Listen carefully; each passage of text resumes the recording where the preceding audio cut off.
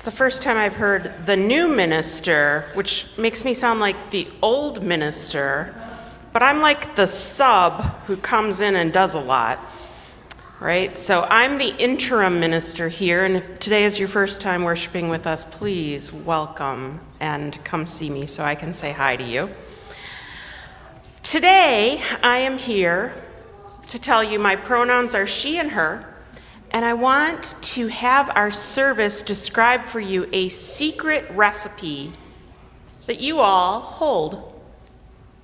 Fewer and fewer know how to build beloved community, let alone one that is just or equitable and creates a sense of belonging. And I hope by the end of this service, if not by the end of the cottage meeting today after the service, you might join me in wanting to put yourself all in for making this community what you dream it to be. Our call to worship today is one from a mentor and one of my teachers, Reverend Leslie Takahashi. To worship means to consider that which has worth. Today we consider with gratitude the many gifts of this community. The opportunity to be affirmed in who we are, to offer that affirmation to others. The chance to stand up together to help remake the world and the ideal of justice. The freedom to choose one's own path to truth and to learn from the travel logs of others. The space, and I'd even offer the time, the patience to expand one's own spirit and to reconnect after busy or hodrum weeks with the sustaining truths of one's life. Regular reminders that we must see our world through a lens of love. Some of you are taking the Article 2 class, learning about how our principles are changing a bit into this group of values surrounded by love. And the aspiration to consider all life as precious as if for it is made of stardust. Some of us are celebrating Lent this week and keep saying to one another, you are made of dust. You are made of stardust. How can it not be wondrous? So this morning, let's welcome all these gifts with gratitude, for they have been paid for with many currencies. The blood of martyrs who died so that we can be free in our religion.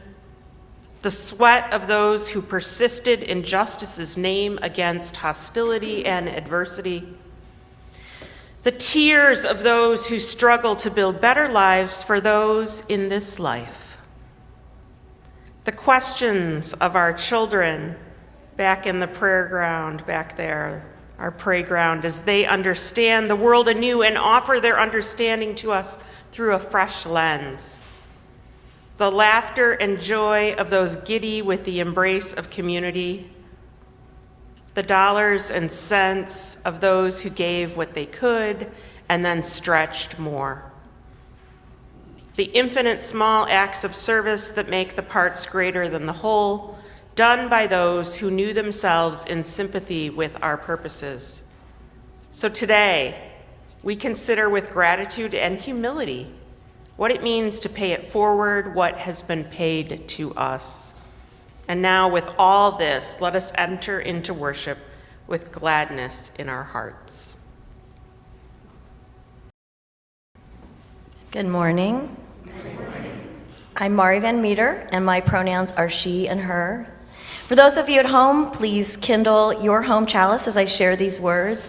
And everyone, I'll be inviting you to repeat the last lines, and I'll cue you kind of like this.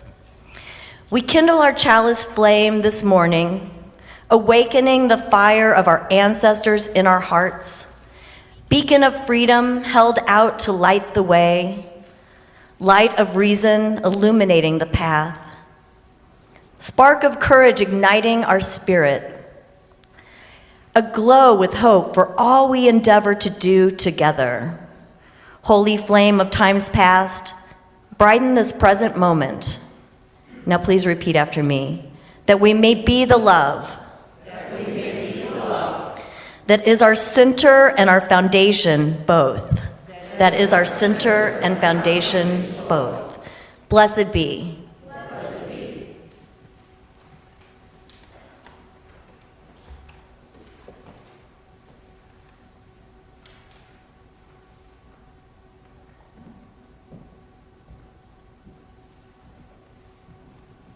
And now, as you are willing or able, please stand and let us sing together hymn number 1018 in your teal hymnal.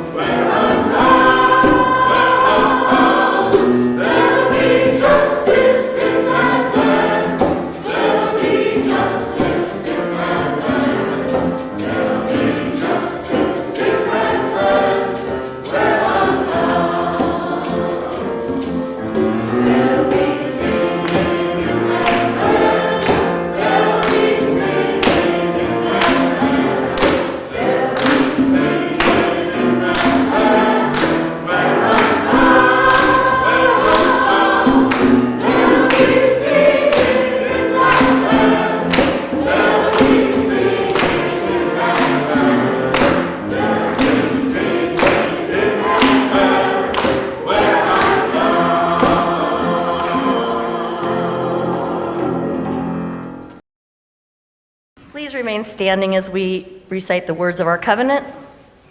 We unite to strengthen the bonds of kinship among all persons, to promote human dignity, and to increase reverence for life's creating, sustaining, and transforming power through worship, study, and service. Please be seated. Good morning. My name is Marta K. Shanae. I use she and her pronouns, and I am the REM, or Religious Exploration Manager, here at Countryside Church.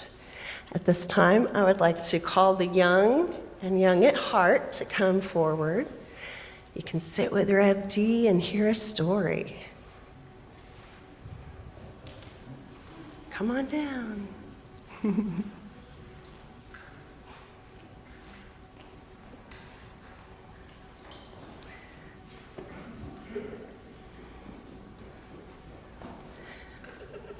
The story that I'm going to read for you today, I might need a little bit of help with the title.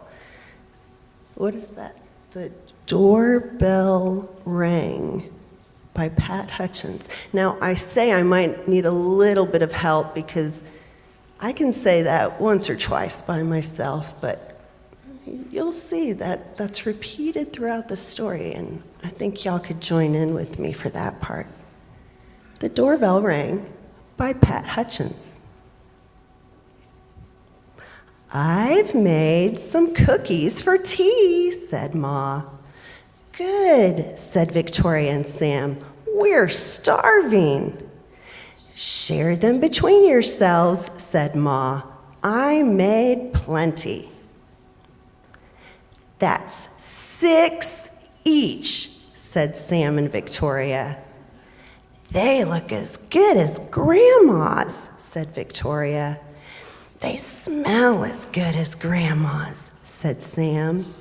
No one makes cookies like Grandma, said Ma, as the doorbell rang.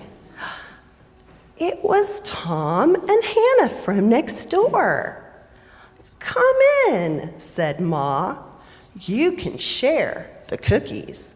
Oh, okay, now we're gonna have a little math here. Yeah, third graders, you ready for division? So they had 12 cookies, a dozen. 6 each if you just have 2 kids, but now there are 4. That's 3 each, said Sam and Victoria. They smell as good as your grandma's, said Tom. And looks as good, said Hannah.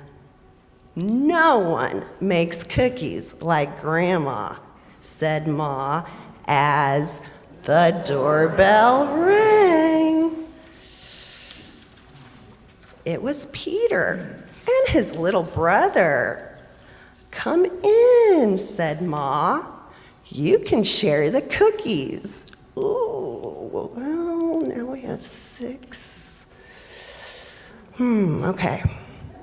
That's 2 each, said Victoria and Sam.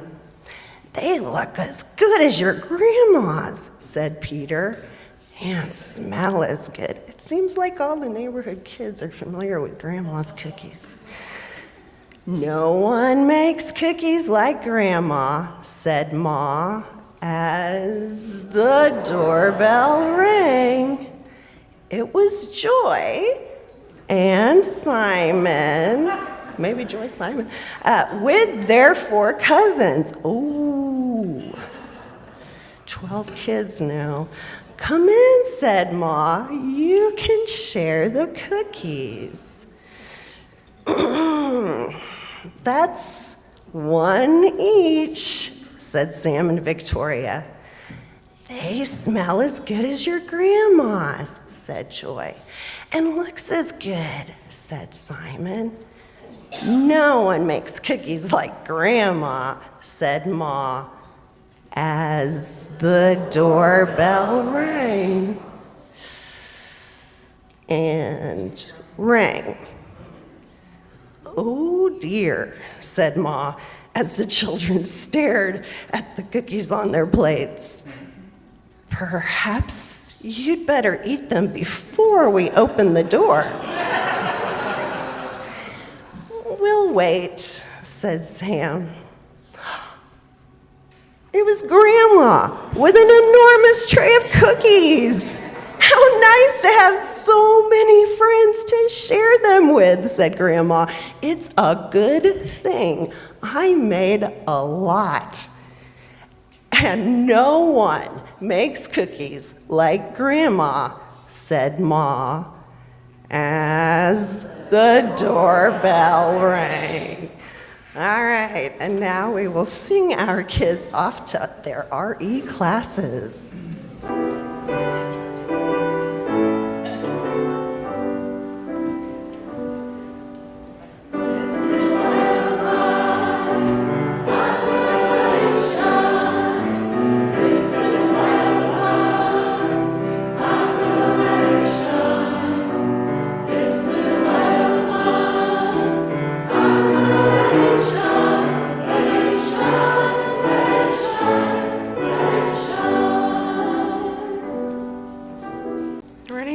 About the dirty floor?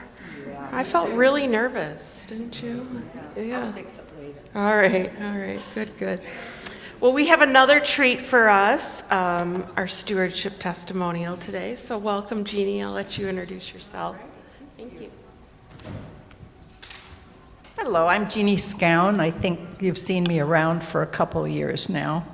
My pronouns are she and hers. May of 2021, we moved to my childhood village, and believe me, it took a village, Palatine. We looked for a community that had UU churches. We were greeted by Lisa and Mike Gilly and Dan Yokas. What a team. Or should I say we were surrounded by those three. After the third visit, we said, we're longtime UUs, and we should be considered as transfers. After all, we need to sign the book so we can pledge. Whoa, eyes opened widely. Where's the book kept? Was the question. Within about 10 minutes, Tom Dempsey found the book and we became members. Why did we look for you? Well, we're 75. Where else can you go and make instant friends?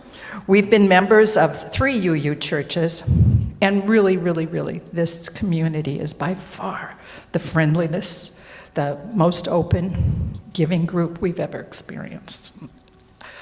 Okay, I don't want to cry. We immediately began socializing with all of you. Countryside is our dream come true. Our values transfer into action, and that's so important to Bill and me. We have Chalice House. We contribute to POC, and we are willing to do political things. Lots of us go to GA. We have awesome classes with great turnout. These classes are made possible by your gifts. To run these classes, we purchase curricula that has been well vetted. Our Faith Forward curricula is what we are using now. I'm co-facilitating the Bible literacy class with Pat Wydell, and boy, is she smart. The curriculum is beautifully laid out so that almost anyone can lead it. It has given the opportunity for dozens and dozens of our members to be able to learn and deepen not only our spiritual growth, but to make deep friendships with each other. They are central to our growth and friendship. And believe me, when you get together with people, that's when you make friends, not just coming here on Sunday. Recently, we had an Article 2 meeting that was sponsored by CCUU and our last church, UUSG, in Geneva. We helped to buy this curriculum that our 2 ministers are facilitating. These things are necessary for us to understand and participate in the larger church, UUA. That has to do with GA. It's our job to learn about these important changes. It was open to 3 churches, 20 plus attended, but all but 3 were from our church. We participate. I am so proud of our church. But again, these things cost money. I love coming here, and we want to give money and time so that CCUU stays around for others to find our doors in these anxious times. We have a few building problems that need attention, like the bathrooms. Who wants to help me fix the wall in the women's bathroom? I'm not good at wallboard, but I can find a new wall towel dispenser and anchor the receptacle properly. Then repaint it. Some toilets need attention. We will need new curricula and scholarships for GA. These things keep us growing and growing our love. Finally, you are the people that I want around us when one of us leaves this world. If I go first, you have to promise me that you'll take care of Bill with hugs and cookies. Help our children and grandchildren have a great celebration of our lives. When you're this old, those are the kinds of things that you think about when you move to a new community. We need to keep these doors open, keep the building in good repair, buy the things that make us learn how to act our values. This is our haven, and for some of us, it's our heaven. Help us grow, keep us sound. Let's keep the party going. We are going to increase our pledge this year because we can. We have seen that our community does some of the things that we give money outside the church, so we can bring that money home now. If you can, we are asking for you to increase your pledge. Now, I've talked to a couple people that this is intimidating to. We don't mean those of you who are struggling, but if you can give more, give what you can. Our doors and our hearts are open to all who share our values. Give when you can and take when you need to. Thank you. Give what you can and take when you need. I'd say share when you need, too. We need that so that we can build those friendships.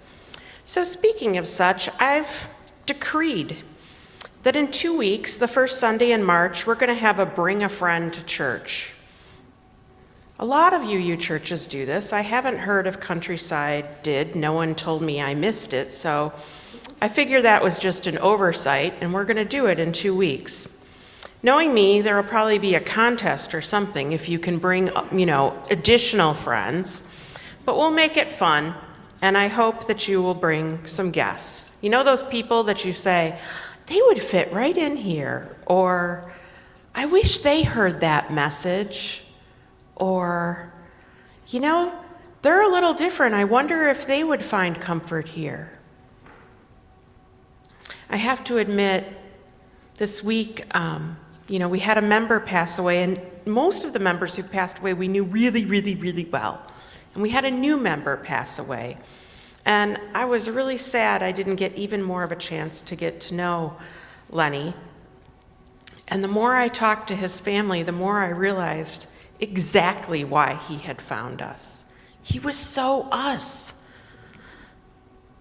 in all the ways. Oh, he was the bookworm. Oh, he was the inquirer. Oh, he was the one that would try new things. He was the one that wanted to welcome all. Do you know those people? Bring them the first Sunday in March. So to start us off on thinking about how you came here, maybe how you came to Unitarian Universalism, maybe it's how you knew you were a little different. My friend Mari here is going to work with the ushers and pass out a handout of hearts, and if you need a writing tool, our ushers have some of those too. And Allison and Janice are going to play us some meditative music, and I really want you to have some time here, and I'm going to let you keep these with you today. And maybe one or two of those motivates something and inspires your thoughts. And since the people on Zoom don't have the handouts, occasionally I'll say something. So for those of you on Zoom and those of you who haven't gotten the handout yet, questions you might ponder in your own meditation. What brought you here? And which here is it? Is it here to this world? Is it here to CCUU? What lets you know you might belong? Was it because of a justice issue? Were you feeling motivated by a lack of equity or equality? Did you meet someone here? Were you feeling alone in the world? Have your reasons changed over the years? Have you been here a while and you need a new motivation? Take some time and either meditate or write notes or draw or enjoy the quiet. And when we're ready to come out of this time, our musicians will stop playing and I'll have Mari ring the bowl. Thank you.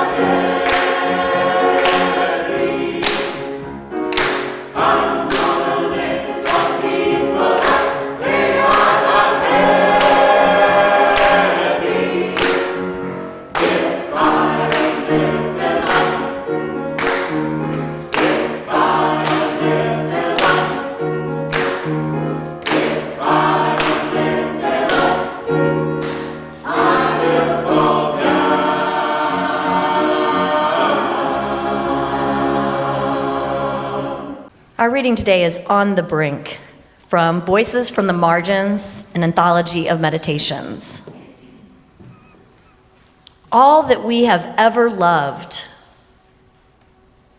and all that we have ever been stands with us on the brink of all that we aspire to create: a deeper peace, a larger love, a more embracing hope, a greater generosity of spirit, a deeper joy in this life we share.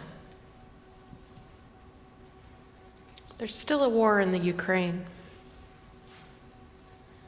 And watching everything from Gaza is absolutely devastating. And I, like you, am watching people, mostly children, being ravaged and pillaged and shattered by war. I see freedom and democracy devastated there and all over the world.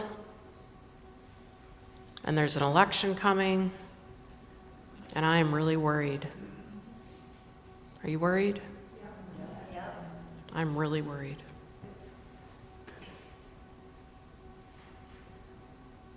As I navigate everything from where to send money or what vigils to go to or protests will be and what the key issues are and how to bring cultural sensitivity that I intend but might mess up, even to a pastoral care call or how to write a sermon, my first source for all this is our UU siblings in faith. I don't know if you think of all the people who are UU as your siblings in faith, but I feel a whole lot less alone when I do. There are other people out there, just like how Jeannie was able to move to several congregations and find people with similar values. I know that we vet issues like no one else. I can trust us. It's not that we're special. We just kind of have this angle and way that we think that lets me know someone will figure that part out, right? I don't need to carry it all. When Lisa Gilly, our board president, and I have meetings, I'll go, let there be some space so they can bring it in the room because they're as brilliant as us, right? Right? Y'all are. You'll help us have an impact. Little example, but I think it really matters. When Allison Vernon and I, our music director, we spent weeks writing that peace prayer for the Christmas Eve service. I mean, we debated and what about this? And I don't want to do this wrong, and it really needs to carry, and this is the meaning and the intention. We really want it to be what we want it to be. We didn't do that all alone. We ran it by people, and then I went to experts in our faith who had religious traditions and ties to Palestine and Israel, and I ran it all by them ahead of time because I wanted to make sure it would land with the deep care that we truly meant and we knew you would expect of us to serve you with. I had those resources because of our UU siblings in faith. This week, the UUA staff issued a statement condemning violence against Gaza and urging immediate and total ceasefire.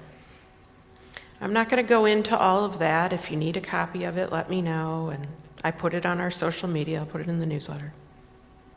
But I just want to read you a few of the lines as they relate to today's sermon.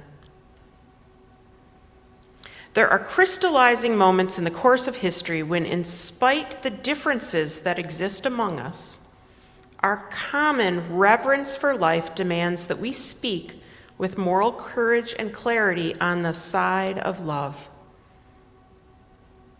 As a people of faith and conviction, Unitarian Universalists share a belief that every human life is sacred, endowed with worth and dignity from the moment of birth, with no person deserving of freedom and flourishing more than any other.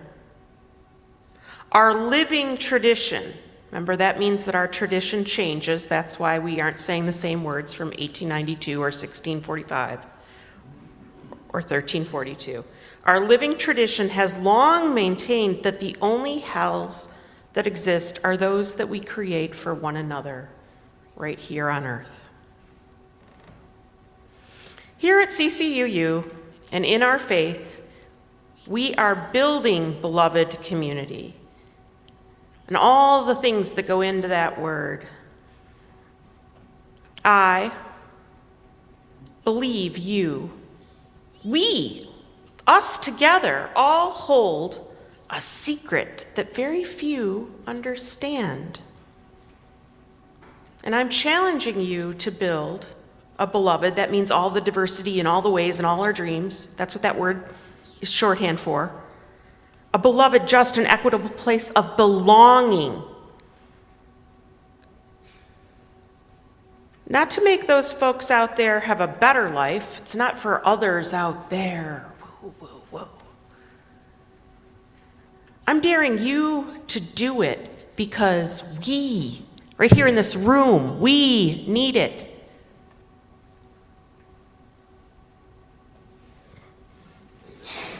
This ain't the anthem, and y'all can clap or make noise, because it's me. And I don't have like a lockdown on silence. This is a community of caring and kindness. Last week, right, I showed you in those slides just a few of the examples of how we do that. Right? I let you in on some of the secrets, right? I told you about some of the things that we do, examples. And if you come to the cottage meeting today, after you get your coffee and you get your snack and you come in here, right? We're going to have the cottage meeting right here in this room. And even if you came to the one Friday night, we changed it up. We're doing it again. Come on back. All right? I'll be here. It'll be a lot of fun. All right? We are a well-established community of caring and mutual aid, and we can get even better and we can do even more as we go through hard times in this world together. And we can make it even stronger if we want to. Just in this last week, since I did that mutual aid sermon, right? Some people were like, oh, and I need a children's therapist referral. And all those therapist referrals that I have on my door, they all went away and I had to make more copies, right? And then some people were like, I need lawyers. Do you have that? Oh, I have a this. I need to give away. Does someone need that? Oh, someone needed that. If you have not been vulnerable here to ask for what you need, try it. Perhaps you are longing for it. I wonder if you want it so bad you have no idea how good it would feel to share your burdens. I wonder if you have loved ones that want to be checked on and cared about, or to be able to ask for a hug and get one, or to be invited to game night, or be given the last muffin that Dave cooked in coffee hour. He listens to the service every week in there, cleaning that kitchen within an inch of its life, and making sure that we have like all these warm, happy popovers.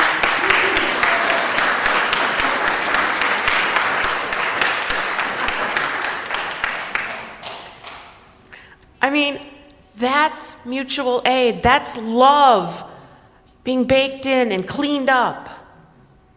Don't you want to feel that? Bring a friend the first Sunday in March, because I bet you know people that need it. They might not look like all of us, right? They might come from who knows where, but I bet they need it.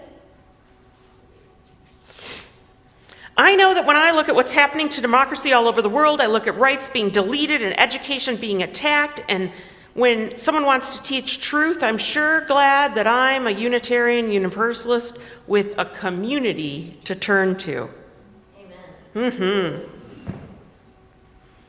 So I was reading The Atlantic this week, as I am wont to do, and Derek Thompson wrote about all the ways Americans have stopped hanging out.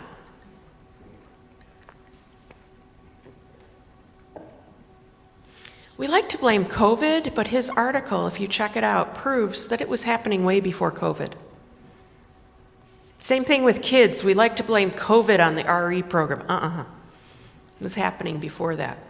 In fact, it is creating such a loneliness crisis that is so bad that anxiety and depression and dissatisfaction are rising.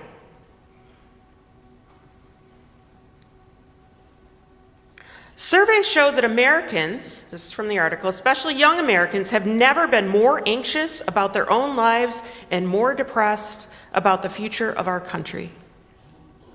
Teenage depression and hopelessness are setting new annual records every year. The number of young people who can say they have a close friend has plummeted.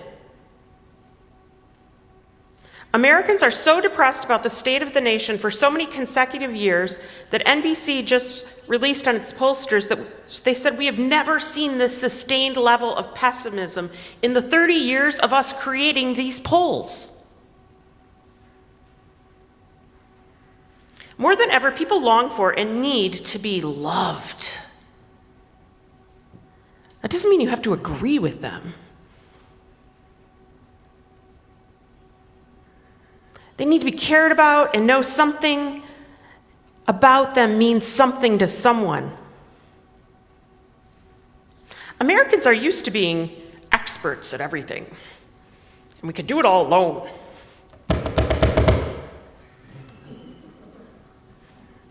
I don't need to listen to anyone. So-and-so's done it 300 times. You might want to talk to her. No, we're good. We used to be experts at starting everything from unions to bowling leagues and scouting troops and churches. Like I said, we blame COVID, but that's not true. It just sped it up. We stopped joining things long before that. We stopped being social and communal and collaborative, and now we start our days with rituals that we are glued to like never before. What is the way that we start the most important moments of our days and the deepest rituals of our lives? Where do we start them? Connections. In our phone. In our phone. We start our days and end our nights looking at our phones, and I have news for you. What y'all are looking for is not in your phone. I believe that so strongly, and trust me, it's medicine I need too, that I have gone through periods where I delete lots of apps off my phone and I use the following mantra throughout my day. The answer you are looking for is not in your phone. Repeat it with me. The answer you are looking for is not in your phone, but it might be right here. Among these people with similar values to you, people might want to practice kindness with you. I was talking to two people about someone I was concerned about, and they started trying to really problem solve that person's problems. And I said, I don't know if any of that's the answer, but I really want to go love her up. Let's think of ways we could go love her up. She'll probably tell us how to solve her own problems because she's wise and smart, right? Most of the time, people aren't looking for us to solve their problems. They'd like to know they were heard and seen. And so in a world of unfathomable cruelty and division, I think we can address kindness right here. I think we can create a lot of peace with a casserole or a gift card and a box of granola bars. Do you know stamps are still less than $1? You could send a real piece of paper in an envelope to someone. That'll be fun. Try it out. Use a pen. Do you know our senior high youth group now often ends their meetings writing care notes? They spread kindness. As dark as this world can feel, there is no better time to turn to your UU community than now. There is no more crucial time than now to invest in this congregation. I am asking for your loaves and your fish to feed our people. Unitarian Universalists share a belief that every human life is sacred, endowed with worth and dignity, and that means that sometimes we do everything from change the words in our most precious statements so that more people can feel included with them, or we learn that what we are absolutely convinced is the right thing to do might actually be really hurtful to someone, and we have to listen to them as they tell us this is hurting us. And we have to change course. Pause and think about that for just a second. That means that not everything here will be happy. Not everything here will be easy. But it'll be worth it. We may need to learn new ways to care for people, and that's what makes this an awesome faith. Because the opportunities to side with love are presented to us every day, and to do that we have to be constant curators of caring community. 2 weeks ago, I reminded you that to do something really important, to create the community, the world you want, you sometimes have to take a chance. I want you to know that that morning, after Luis had asked me to help him, be a part of thanking everyone and doing that whole thing, he called me as I was driving in and was like, I'm not going to come to the front. Hi, Luis. I'm driving into service right now. I need to tell you a little bit about today's service. It says, sometimes you have to take a chance. Pause. Laughing. Okay, I'll come to the front. I'll take a chance. I wish he were here. He's not feeling well today. But Luis, our technology assistant, for those of you who don't know, asked for something he needed. And we as a congregation, with our resources, were able to help a little bit on that path. And his bravery and his risk taught us too. I told you about all the ways that many of you have shared with me and your lay ministry team the needs and hurts you've faced, and you took a chance, those of you who found yourselves maybe on that page or have taken what you need, as Jeannie said, have come to let us share your world and help you and support you and love you, and then we get to feel part of that mutuality. A week ago, I reminded you that in a world that is vibrant and equitable and just and a beloved community is one where everyone has needs and everyone has gifts and treasures to share, and no one is more valuable than another. Giving helps us feel more generous. Some of us are capable of giving more of one kind of resource than another, or more at one time than another. And generosity and giving fights loneliness and increases intimacy.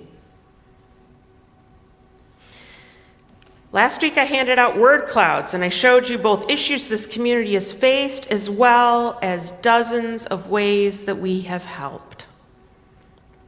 And there were very real issues on those ways that people have faced hard times in this congregation, whether it was death or trauma and suicide and homework stress and job loss and all these things. They're real and they're hard.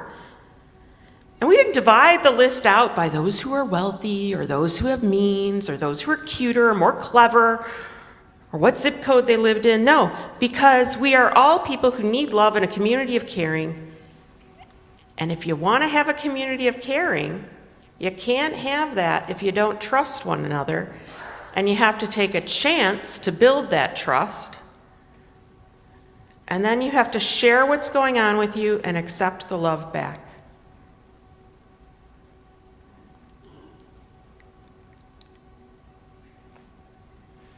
Today, my partner, Reverend Matt, is in Heartland, Wisconsin, delivering a sermon, and he was interviewing me. You've done all these justice movements, Reverend Denise. What do you think is the number one most important thing that people have to do to be prepared to do big justice work when the world's going to be really hard?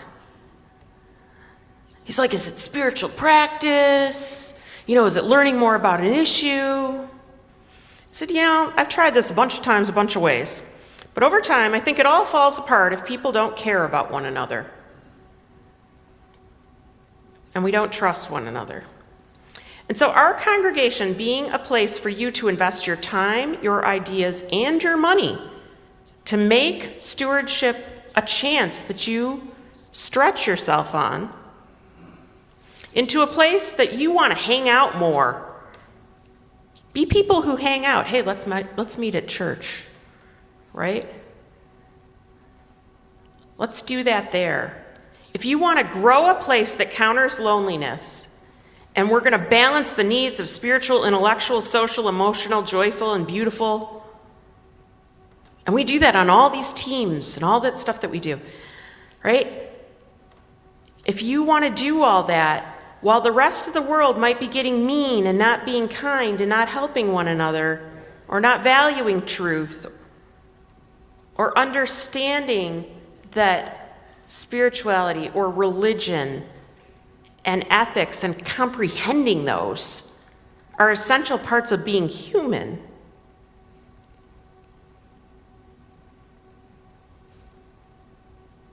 well, where are you going to go? Right? What are you going to do? Are you just going to go slide down with it all? Right? We know something else. We have the secret sauce. According to this article in The Atlantic, Americans are spending less time with other people because they're spending more time with their screens, televisions, and phones. And face-to-face rituals and customs are pulling our time less and less. Face-to-face time, screen technologies are pulling on our attention. Face-to-screen time technologies are pulling our attention more. And the inevitable result is a hangout depression. The cottage meetings you're attending will show the requested budget, along with increased building costs and the money it takes to keep the staff at a fair and equitable pay level, plus all the fun stuff that we really hope that we can do to attract new members and have a lot of fun here. When I looked back, I just spent time looking back at a year of articles you click on in the newsletter. Y'all click on the fun stuff the most, right? So if you want to have that, it's a package. I think we used to think of ministry and churches as like, well, I'll just take that one off.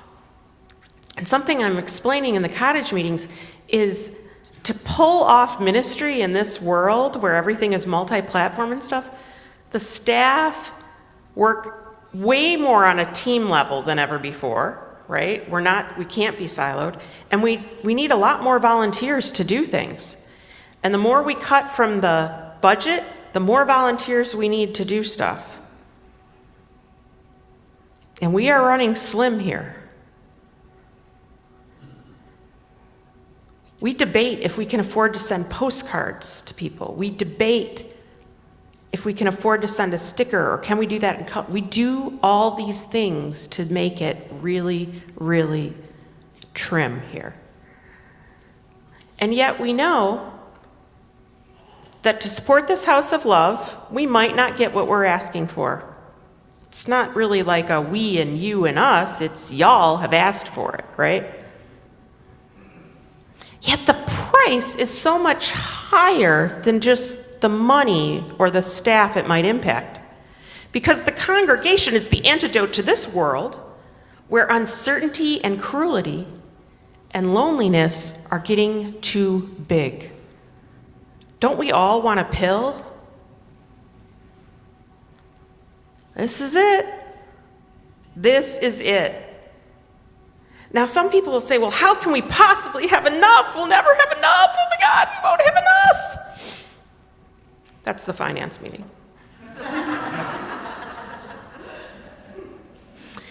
In the famous story in the Bible, even if you're, not seeing that as the same as everyone else, it's a good story. It's often misunderstood, though. See, Jesus took 7 loaves and the fish after giving thanks, and he broke the bread, and he divided the fish and gave it to his disciples and sent them out in these crowds of thousands of people. Now, where a lot of people get this story wrong is they think that there was like this magical multiplier going on in this mystical, Santa Claus in the sky kind of God happening, right? It wasn't that Jesus thought that a few loaves of bread and fish would feed thousands. He was a well-educated man. He was a rabbi, right? He believed in the people, and he trusted the people to take care of one another. He left the space. He invited them to feed the hungry and keep the miracle going. Just like the stone soup, they started pulling out what was in their basket, right? He knew that they could keep the miracle going and feed the people who were hungry that were there so that they could keep having community, right? The meal wasn't the point. The point was to be able to keep being together and hearing a message that gave them hope. And imagine how it probably was. Now, I want you to picture like Lollapalooza, all right? Just a few thousand years ago. And, the kids are playing over there, and some people are getting sick, and some people need water. Do you think it was Jesus and 12 guys managing that whole event? We all know the helpers came in all genders and had stuff with them. And the love spread through the crowd because of the power of the crowd. So I'm going to thank you now for the bread and fish you have shared with this community and the healing, the serious healing you make possible. Because you have a foundation right here for twice the number of people who are here now. Go invite them. You have an infrastructure for caring community and building kindness and taking care of one another in hard times. So stewardship asks if we have loaves and fish in our cupboard. Do you have an IRA or an inheritance or some extra change you can share? Can you raise birthday funds on a Facebook fundraiser? Right? Can you make a commitment and an amount and count on it? Because together we can heal. Together we can build an equitable, just, and beloved community. I'm asking for your bits of bread to keep this community vibrant and healthy. Feeding the 5,000 is also known as the miracle of the 5 loaves and 2 fish in the Gospel of John. It wasn't magic. It wasn't mystical dust. Love powered the generosity. Love said, where else could I go find a little more? Right? You know what else multiplied that day? The stories, the sorrows shared, the singing together, the laughter, the watching the kids play. I'm sure there were not just food being shared, but tips and news and weather. It was a big love party. Remember the Christmas pageant we had here when we asked you to come up and look in the baby cradle, and what you saw when you looked inside was what love gave birth to? And it was a mirror, and it was you. Do you believe in the birth of love? Because I do. So please share generously, not just of your pledges that can stretch you, but of the kindness and acts of caring and a love of vulnerability that will stretch you. So I'm asking for a loaves and fishes miracle that only you can power. This place is your secret sauce. Spread it on your bread and know you are the miracle. You are the miracle every single one of us needs now.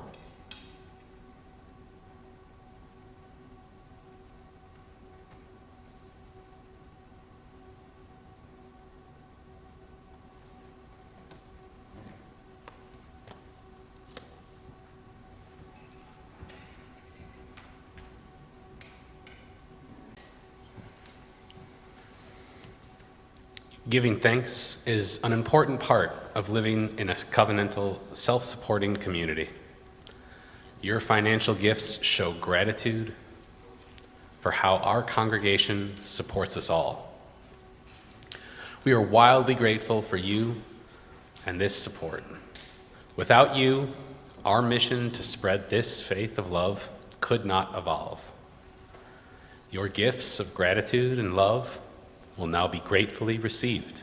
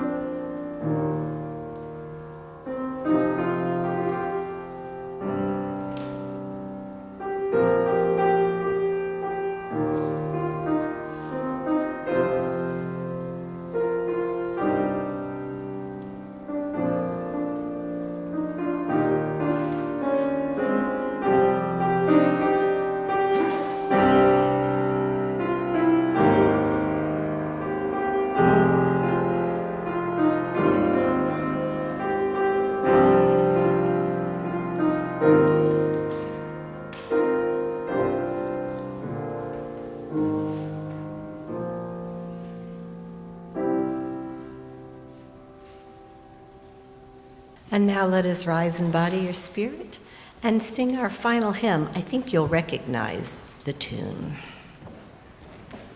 All